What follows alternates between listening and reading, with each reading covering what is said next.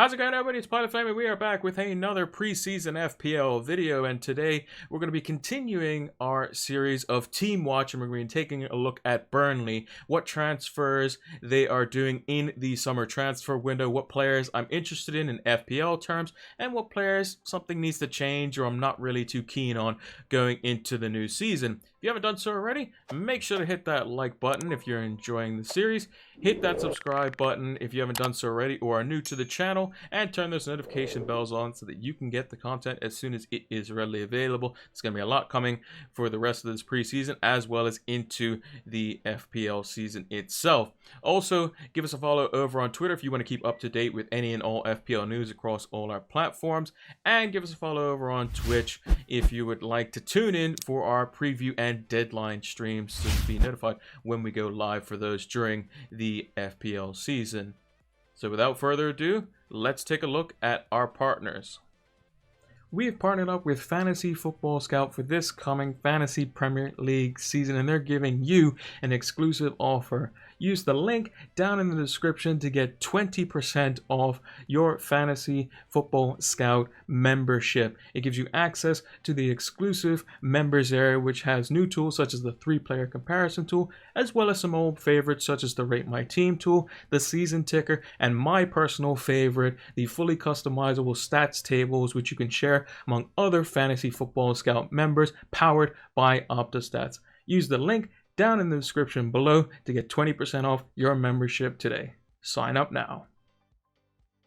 So starting us off here, we're going to be taking a look at Burnley's attacker, something that I'm actually not too keen on going into the season. That's mainly due to the fact that their start to the season isn't all that great. Brighton at home, could be a good start to the season, but then they have Liverpool away, Leeds at home, Everton away, 3 teams that are going to give Burnley some type of troubles. However, there is one promising factor with Burnley, as towards the end of the season, they were way up on their attacking stats. So if you just look on the team stats just above me, the last 8 big chances out of their 56 big chances for the season. That's 1/7 of all of their big chances in just the last 4 game weeks, which is a pretty good number of big chances. So it shows that their progression of attacking has gone up.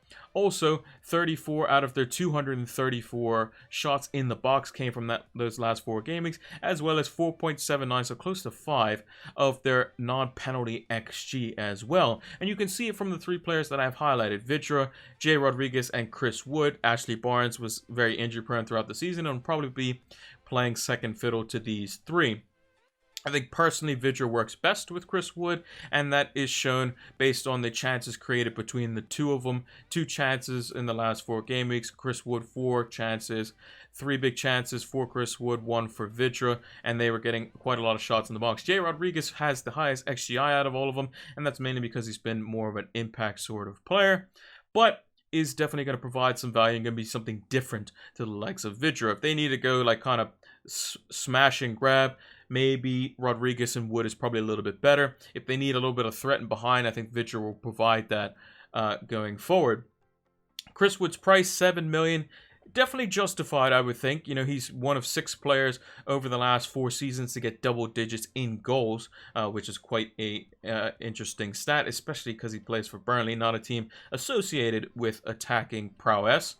But I think he could be useful later on in the season when they have a better run. Just off the start, I don't think Burnley's attack is something I'm going to potentially be looking at right off the start, but it'll be something to monitor because 5.5 for a forward could be quite good. We just have to see how that's going to play out.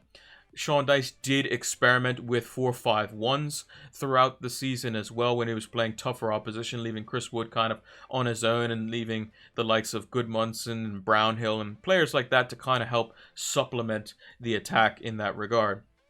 But if you're going to go for a Burnley striker, Chris Wood is the one that's going to be playing most of the minutes. He's the one on penalties as well, and he's going to be the main focal point, the man who just kind of ticks over for Burnley and is going to be the main focal point, with the likes of Rodriguez or Vydra supplementing his attacking power for Burnley. Now, with that being said, let's take a look at the players that I'm definitely interested in going into the start of this season. Now, with Burnley, a team that has been very good at keeping clean sheets historically, it only makes sense to look at the defense. Now, the three that I've highlighted is Matt Lowton, Charlie Taylor, and James Tarkowski. Obviously, Ben Mee is a similar price to Tarkowski, but typically, James Tarkowski is someone who is targeted for the aerial prowess in set-piece play for Burnley, whether it be a corner or, indirect free kick of some kind. I don't have Nick Pope on here either, mainly due to the fact that he's still 5.5 million. If he was 5 million, then maybe you can consider it. He would be in the same bracket as like Kasper Schmeichel or Jordan Pickford, which I think would be a bit of a, you'd have to make a decision there at least. But in terms of chance creation, Lowton was getting a lot more, advanced when he was in the team. Charlie Taylor was a bit on the injury-prone side, but you can see that in terms of XGI, Tarkowski was actually up there in the last four game weeks, or 4 matches, sorry. And he's got one chance created that's probably from a knockdown, and 3 shots inside the box, which is something that for center backs is very, very good, and was expected to score close to or be involved in at least 1 goal over those 4 matches, which is very good for somebody who plays on a team that's very defensive minded. So if you're going to go for somebody, I think Lowton or Tarkowski will probably be the defender of my choice. Lowton, just because he's 4.5 million, probably gives you a little bit more chance creation. Does have a shot every now and again, but mainly you're going to go for more of the clean sheet and potentially the guys who are on bonus, which typically are going to be the defenders or Nick Pope. Nick Pope's just a bit more expensive, so if you're going to get the clean sheet and 1 less bonus point, you'll happily pay 1 million less for the likes of Lowton or Charlie Taylor to supplement that for your FPL team, and use that 1 million in a more premium midfield or something like that. But with the fixtures, I'm still a bit wary of it. I think maybe as a rotation option, maybe you have 2 4.5s, which one goes in 1 week. So let's say you play Lowton off the start, and then you have somebody who comes in who has a good game week 2, 3, and 4, and then so on and so forth, and rotate in that sort of manner. That could be a strategy which I see going forward could be quite good from the start of the season, especially with so many good 4.5 million defenders. Now, with that being said, let's see what transfer activity Burnley have going into this summer transfer window. So Burnley's transfer strategy for this window has been defense, as per normal. And I think it's stemming around the fact that James Tarkowski has been rumored to be going to West Ham for £21.4 million. Now, as a note, all transfer fees you see on this graphic are approximations and are not official until finalized by the club. James Tarkowski, who's obviously 5 million in Burnley's team at the moment, could be a good addition to West Ham's team at centre back, and would be quite good, especially paired with Aaron Cresswell on set pieces, to be a bit of an attacking source. However, they do potentially have his replacement already, who's come in, a £12 million fee from Stoke. He's already in Burnley's team in Collins. He is 4.5 million, so that could be a nice little cheap defender, which could be playing game in, game out alongside Ben Mee, potentially racking up some bonus points as well. I haven't seen much of him, but if he plays for Stoke, he's probably good on set pieces, so that would be a benefit for Burnley every day of the week. Also note, Pavlenka, who is as an out, he should be an in. He's a goalkeeper that's been linked from the Bundesliga, who potentially could come in as maybe a backup. Maybe Jed Steers on his way out. Not really sure on that one. Just saw a little bit of action around that on Transfermarkt as well.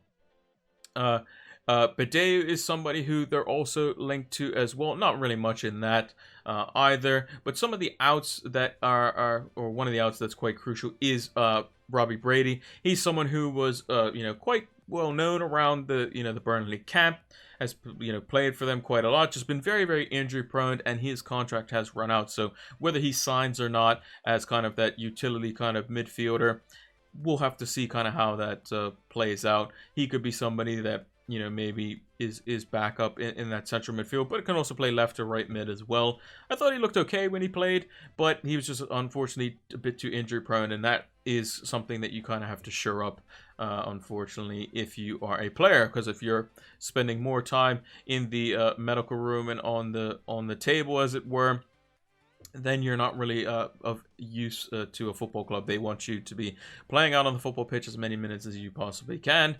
And if you're a good player, they definitely want you playing. And I think Robbie Brady does bring a little bit something different to Burnley.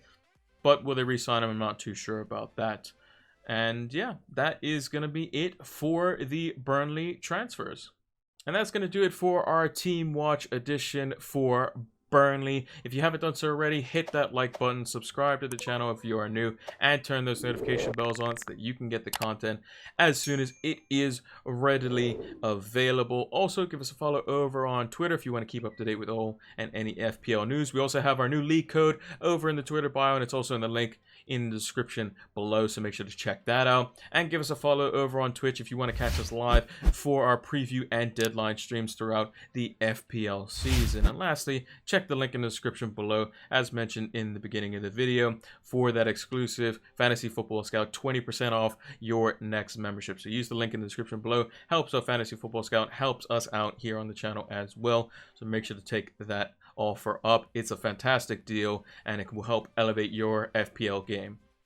Thanks for watching, and until the next one, take care.